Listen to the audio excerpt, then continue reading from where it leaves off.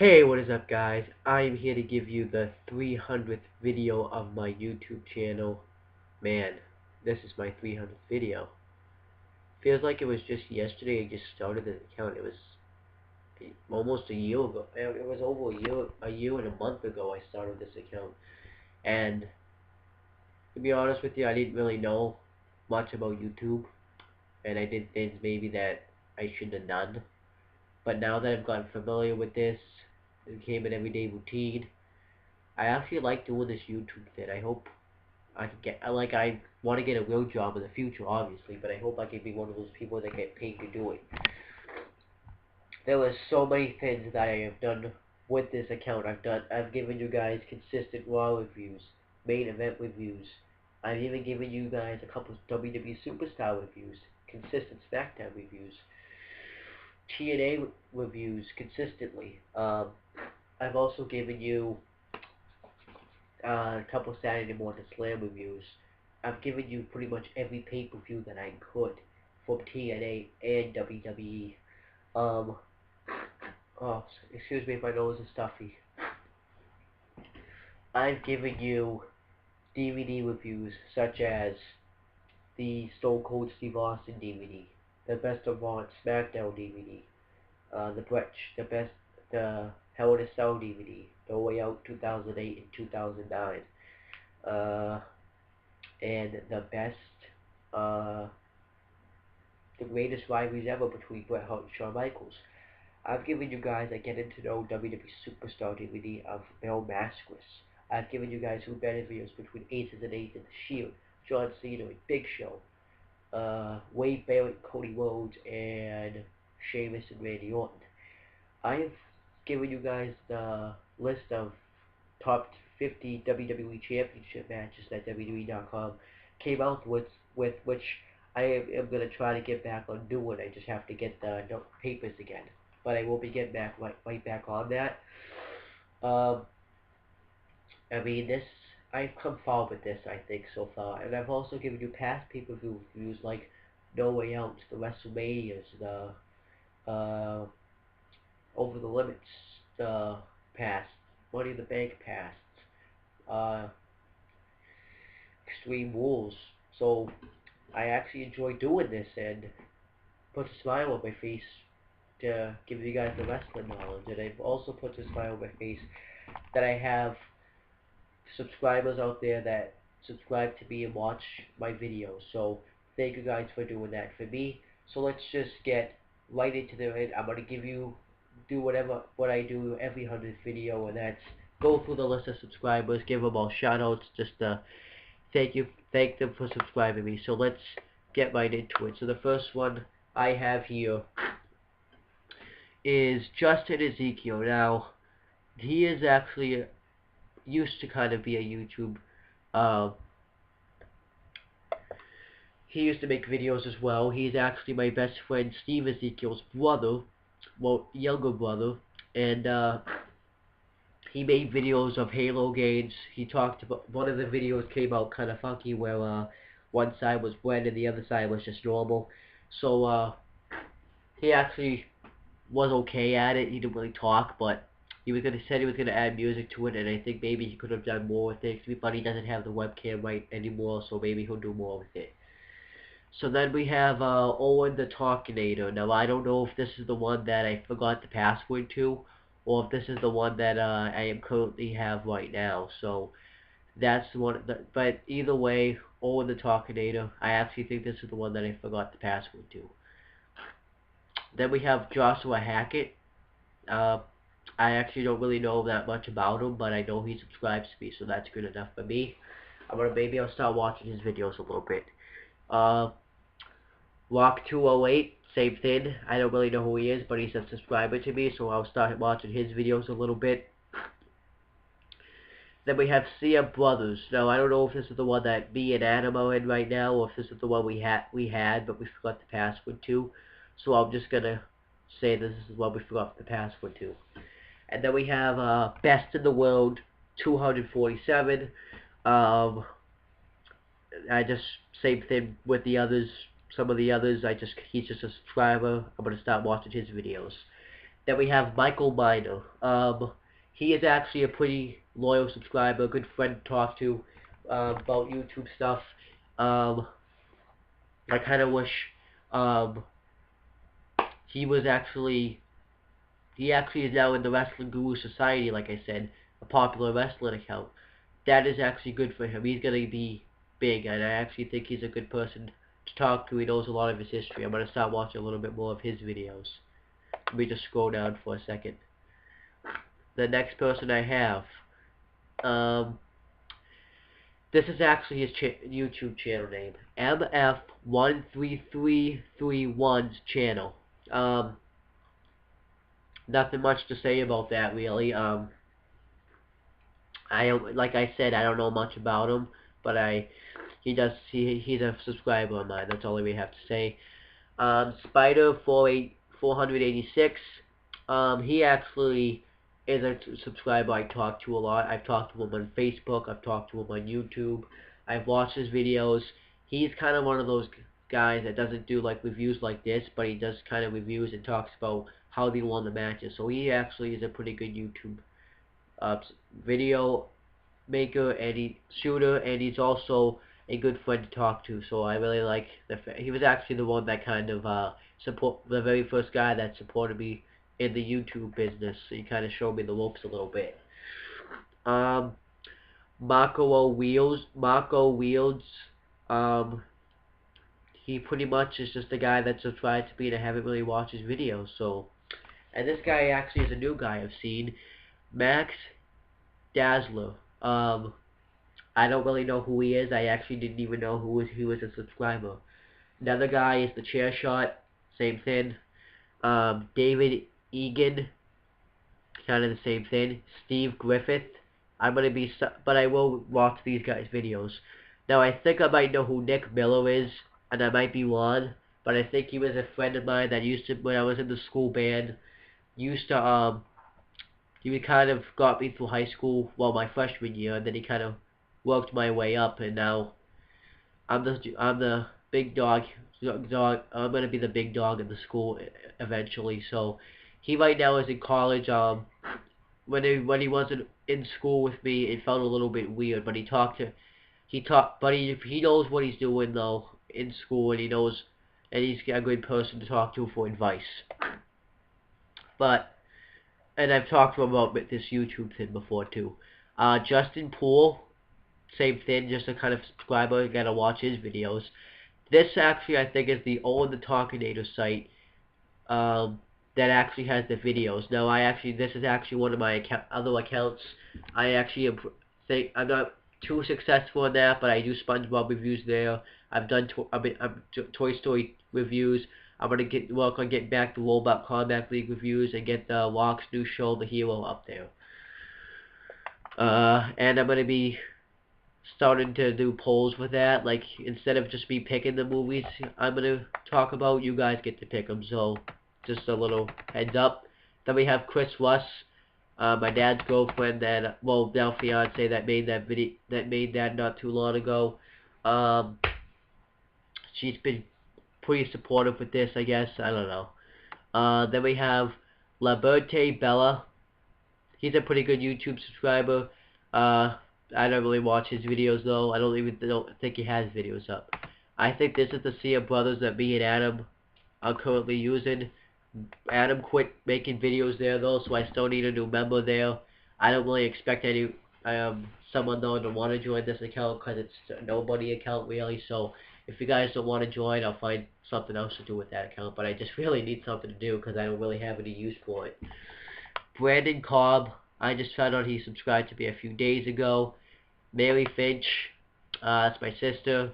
I've deleted every video she's tried to post on YouTube. Adam the Video Maker. Like I said, Adam's quit making YouTube videos. That was going to be his new YouTube account. Not anymore. This one subscribed to me a few days ago, and actually he has videos up there himself. His name is Poob420. Poob420 is actually... He is actually a guy that I have known since kindergarten. I'm not going to say his real name. He is a guy that actually has been in pretty much all my classes. I've talked to him a lot, and he knows about this as well. He watched me in the beginning, and he actually is now starting to make videos himself. Can't really describe what they are. They're like these things where he puts like weed and he kind of smokes it, but I don't know. They're pretty good though, I guess. I think he wants to try to get himself noticed, so that's the way he's gonna go about it. So that's fine with me. I don't really like to criticize what people do on YouTube because it's just what they want to do, you know. But he actually makes is a pretty good guy to talk to. He actually does say some funny stuff on YouTube too. He talks about how his brother like broke one of the axles or something of one of his tubes, and he wanted to fucking punch him in the face. And he talks about how one of his faces was fake, and they says I know the fucking fake. So when you guys comment saying that they're fake, I know the fucking fake. And then so yeah, that was it. That was pretty fun. I'm gonna be confronting him about that in person. So those are all my subscribers. It says I have 33, but I actually have 24. Hopefully, I can get up higher. I'm not really working towards a limit right now. I'm just trying to get it. Just trying to get. I just want to do this for fun. I'm not really doing it for the fame. I'm doing it for the fun, right? Um, so let's get to the topic I wanted to talk about. And actually, I think I have the. Where did I put the slip? I have it here somewhere. Cause I want to get the person who gave me this idea. Oh crap. Oh no, never mind. I just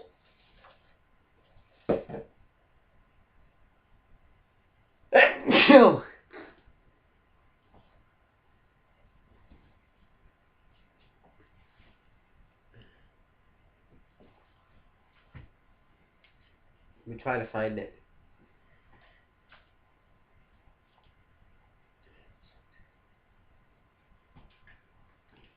I'm trying to find it, guys. If I don't find it, no big deal. Oh wait, I have paper. Where's the papers I had? Oh, I crumbled them up and threw them away. Probably not my best idea. No, it actually might be it right here. Um, crap, I don't remember who gave me the idea. That's not good. Hey, what was his name? Oh wait, I have it right here. So the person that gave me this idea, how TNA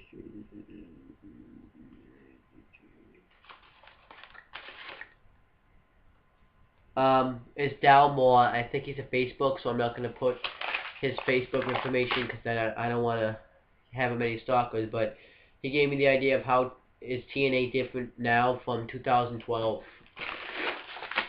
And I actually like this idea because this one's going to be pretty easy to do because that's kind of when I became a fan of TNA.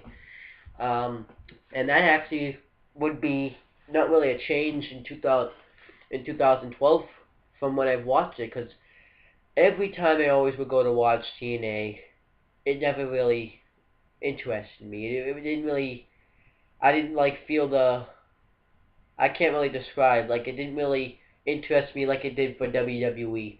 WWE, there was always something that interested me about it. TNA wasn't that thin, but then I decided to get back. I got into it a little bit in 2011, but then I was like, this somebody's just sucking real bad right now. So then I was like, fuck this, I'm not watching this shit, because it was just a bunch of old timers like Ric Flair, Hulk Hogan, Sting. It was pretty much like WCW 2.0, pretty much. Um, so then I was like, you know what? To be honest with you, this YouTube account is pretty much the reason I started watching TNA. Because I was thinking, I don't want to just review WWE. I don't want to be one of those people that just sit here and talk about WWE, praise it all the time. I want to talk about other companies. I want to talk about other things like TNA, for example. So I was like, okay, I'll watch TNA, but first I wanted to get a little bit knowledge about it before I started reviewing it every week, and I did that. Um, and that was good. So anyways, short story, TNA 2012 actually was the thing that kept me watching TNA, but let's just get to the differences. So right now it's June. I don't know. I think it's June 15th, 2013. TNA has been. I started watching TNA in May 2012. I remember the first episode I ever watched. They were doing a thing where Hulk Hogan was decided who was going to face Bobby Roode for the world title, and Bobby Roode would have become the longest reigning world champion at that night. And they were doing it was going to either be Bully Ray, um, AJ Styles, Kurt Angle, and I think Samoa Joe, but I'm not exactly sure. Or no, it was I know it was AJ Styles, Kurt Angle, um, maybe James Storm. I think I don't know if Storm wasn't around. I don't remember who the fourth guy was, but AJ Styles got picked, and that night Bobby Roode became the longest reigning world heavyweight champion. Other stuff is the Joseph Pulk stuff, and maybe that's about it. But those were one of the things I caught my eyes about. Oh, I think that was actually too the first time I ever saw Joey Ryan. So yeah. So then I kind of was looking at it, and now I'm going to kind of compare it from then to now, and I'm going to talk about the different stuff that has changed for TNA. The thing that kind of pops into my head is less pay-per-views. Last year there was a pay-per-view like WWE every month, and I kind of like that they kind of cut back on pay-per-views because one, these TV shows are going to get better because I've noticed the TV shows have been better than WWE's. Um, Two, there's more time for the build-up. I noticed that there was pretty much a lot of build-up between the TNA pay-per-view this year, whereas WWE, there's just matches that are thrown together. So that's what I'm liking about it right now. So that's actually a positive difference. Difference. I like that they had 4 pay-per-views a year. The problem probably is that they're not going to get as much ratings, maybe. But you never know. The TV shows are going to be better because they have been better. Let me think of something else though that has changed. Uh, I guess you could say AJ Styles. They really changed his character and everything because he was always kind of this face of the TNA stuff where he always had to do the right thing, and he was being accused by bad influence, Christopher Daniels, and of being of having an affair with Dixie Carter. Then that girl, I forget her name, was Claire Lynch, and then he ended up pretty much sucking in 2012, where he was losing a bunch of matches. I remember he lost a triple threat match between James Storm and Bobby Roode. Um, and then he wasn't able to fight for the World Heavyweight Championship until Bound for Glory 2013. Then he lost last match ever to Christopher Daniels, and then he came back. Well, you would see him in vignettes first, and then people were trying to talk to his friends, his family, but then AJ Styles wasn't having it. You think he's a drug abuser, an alcoholic. You don't know what he's doing. Then you have AJ Styles come back after bad influence and Christopher Daniels and Kazarian beating the hell out of James Storm. Um, and he saves him, but then he turns heel on James Storm. He starts showing that he's going to probably join the Aces and Eights.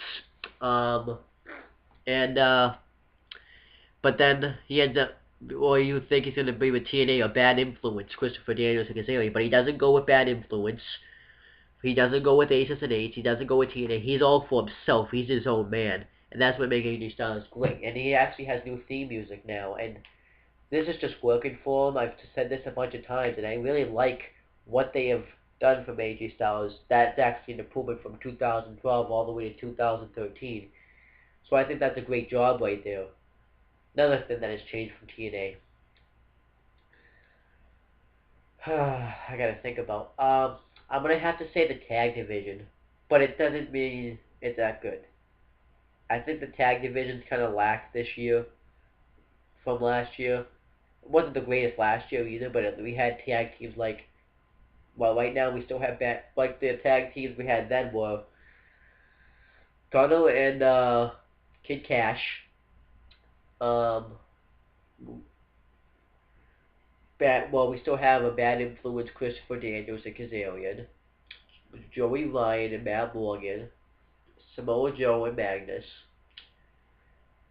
I'm trying to think of anybody else. Somebody else.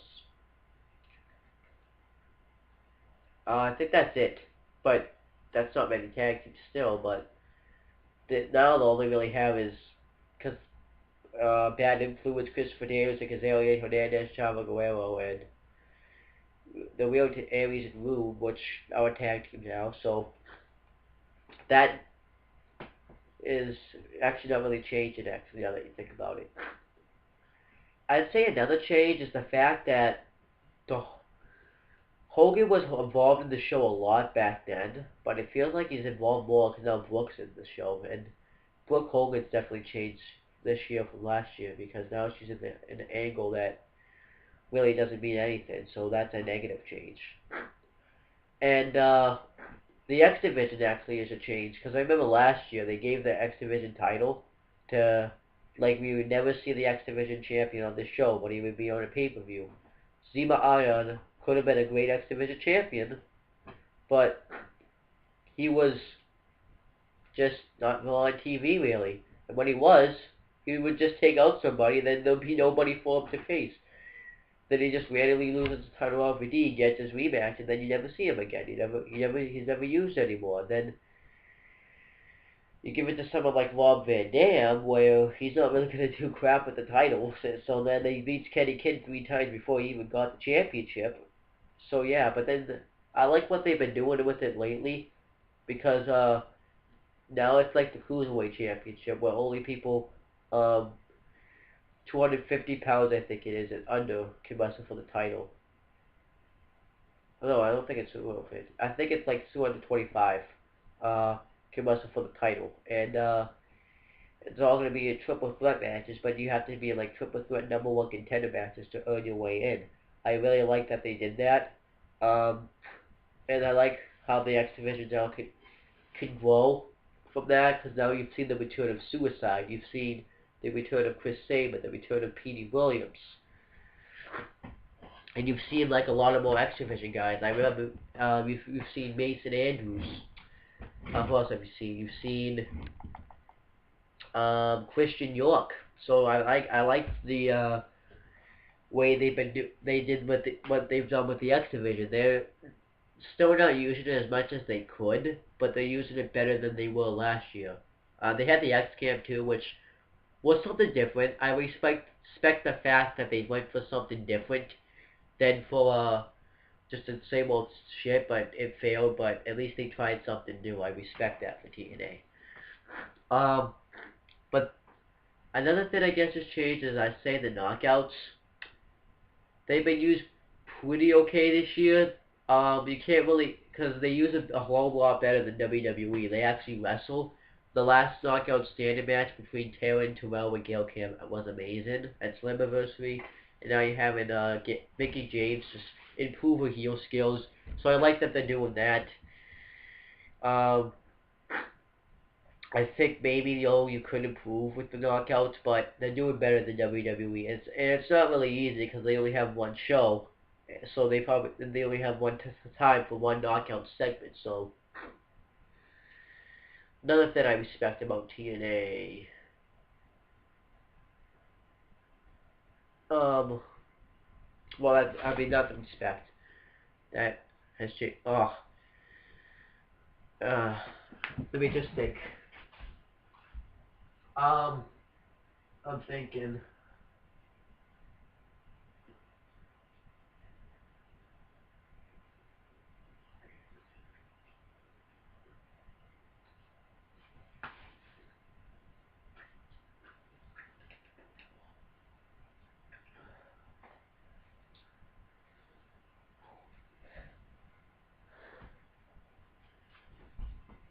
So another thing that has changed from last year, I'm actually gonna say Magnus turning face.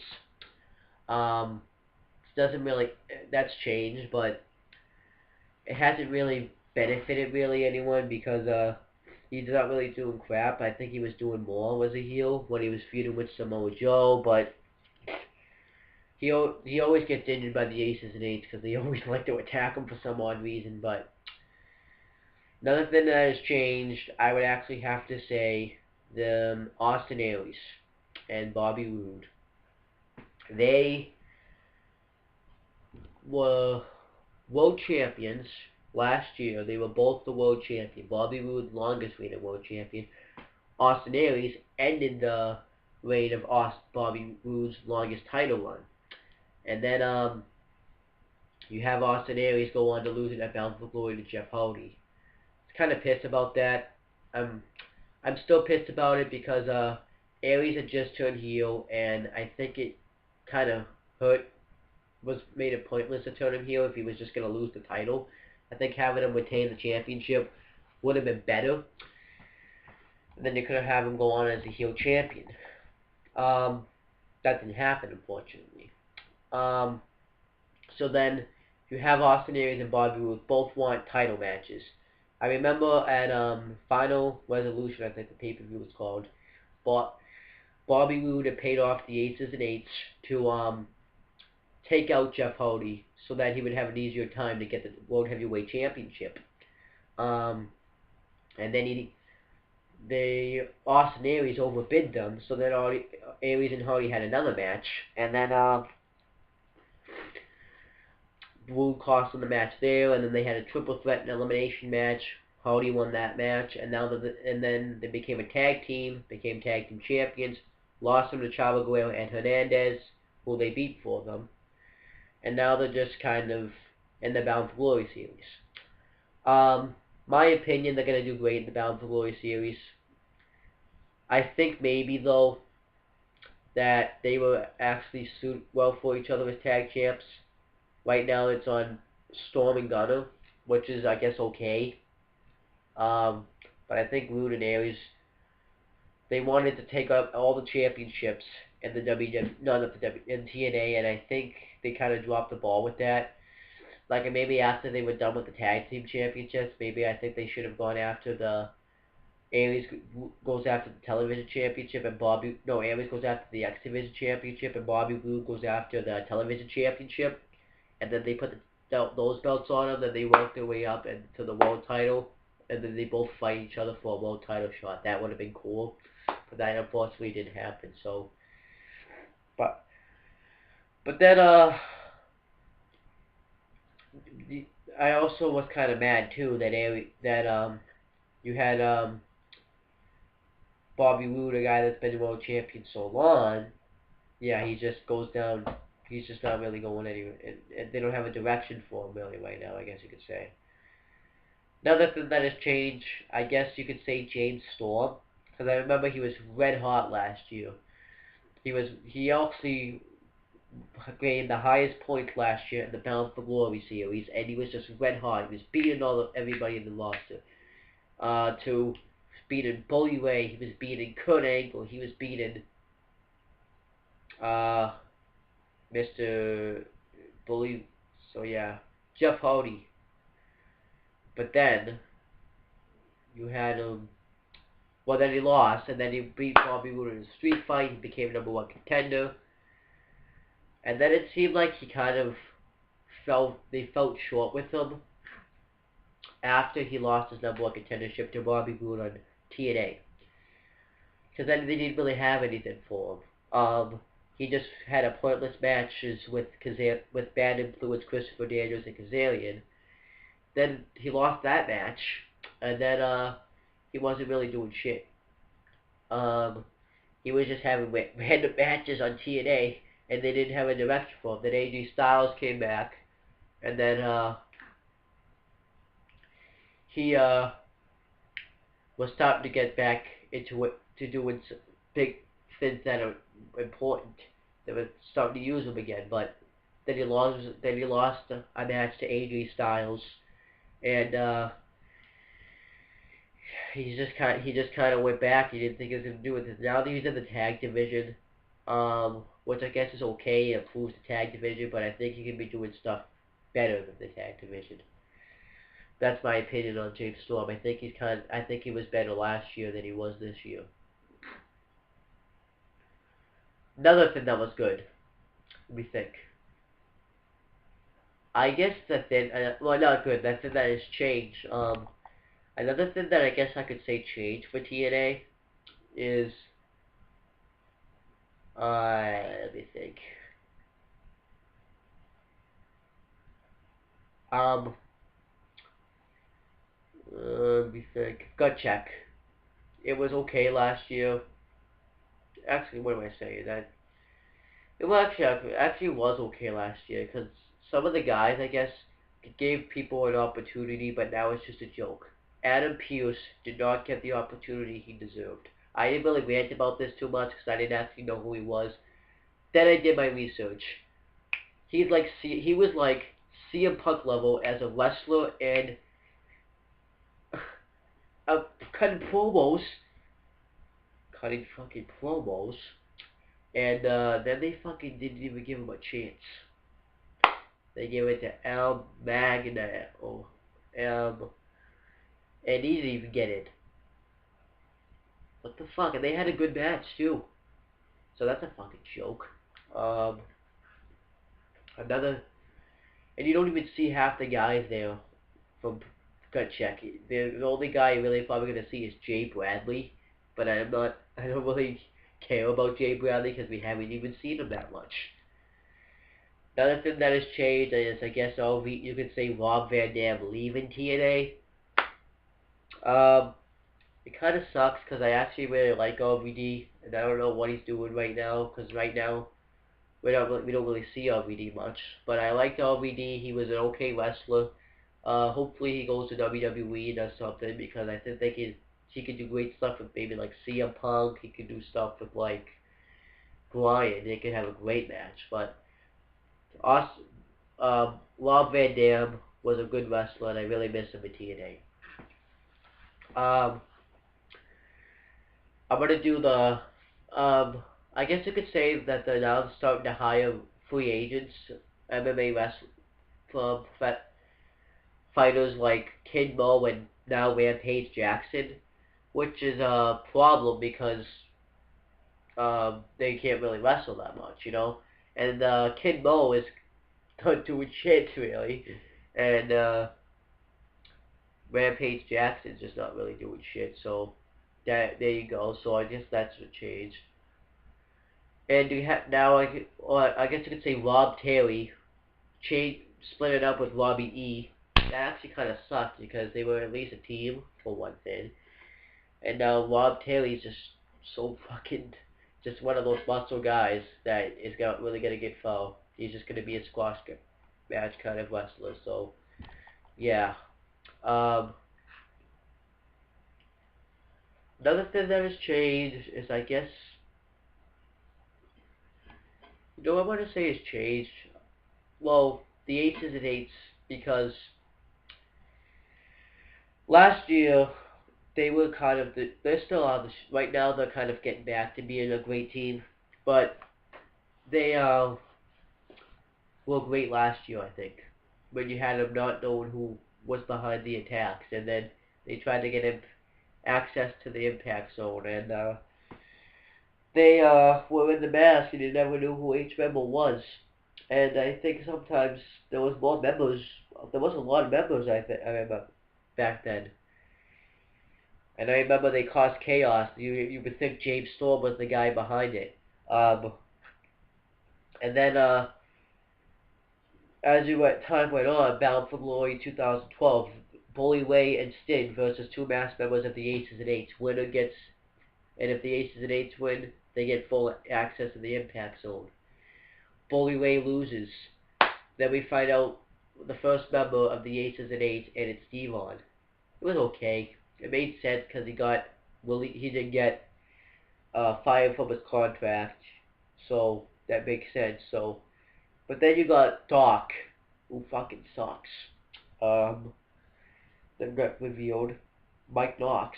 fucking sucks because he was fucking failure in WWE, and then now he's just a failure in TNA. So then as time went on, Aces and Eights, yeah, they looked weak every week. They never got fucking wins, and they couldn't get a break. And then you had Mr. Anderson join, which kind of brought it up, but the only reason he was in the group was just because he they don't know what to fucking do with Mr. Anderson. Then Taz joins the group, and he can't really wrestle, and he doesn't contribute. He's just a fucking cheerleader of the group. Garrett Bischoff and Wes Briscoe joined. Garrett sucks. Wes Briscoe's okay. He's decent. Um, then the vice president, D'Lo Brown gets revealed, which was kind of cool because he was like in the office. And then you finally find out the president of the Aces and Eights is Bully Ray. And I actually think that that was actually a great move. And I like how he told the story behind it. How it started from the beginning, then it went where he talks about how they attacked Stin the night of the Battle for Glory series, all the way to Lockdown 2013. That was pretty cool. I doubt they were planning on having Bully Ray be the leader that long, because I don't think they were. But I think they were planning on it probably around Bound for Glory time, but they didn't want to pull the trigger just yet. They wanted to wait a little bit longer. Wedding, they wanted to wait a little bit longer though. Then they finally said, this is going to be it. Bound for Glory. No, Lockdown. We're going to reveal Bully Ray as the leader. And they did just that. He hits Jeff Hardy in the back of the head with a ball-peen hammer and reveals himself as the president of the Aces and Eights. So Aces and Eights was a good thing that's changed, but a bad thing at the same time because Doc and Mike Knox are in it. So I think that's about it. So I think TNA's changes have been good and bad this year. I like TNA. The Bound for Glory is definitely series has definitely changed. So that is actually how TNA has changed. So I think TNA has actually done a pretty good job this year so far. They've had title changes. They've had actually the return of Abyss and Joseph Park, which has been shit. But there's been changes that I didn't like, that I have liked, and I think that TNA is actually doing a pretty good job so far. So I think that if TNA keeps it up, they could be pretty good someday.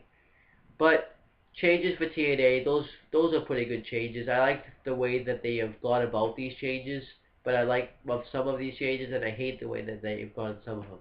The things I liked, X Division, the Aces and Eights, part of it, anyways. Let me think. X Division, Aces and Eights. Let me think. This is kind of tough because haven't really done it thought about this in a while. I said Magnus turned into a face because he's actually pretty cool, but I would say that's about it. But I liked the things I disliked were probably the Rude and Aries stuff, and actually I like the Bad Influences change, and AJ Styles changed. So, but that's pretty much it, guys. I'm going to bed now. I'll upload this when I wake up in the morning because I just fucking don't really feel like doing this anymore. Well, I'm done with this, but I just don't fucking feel like waiting. But that's pretty much it, guys. See you later.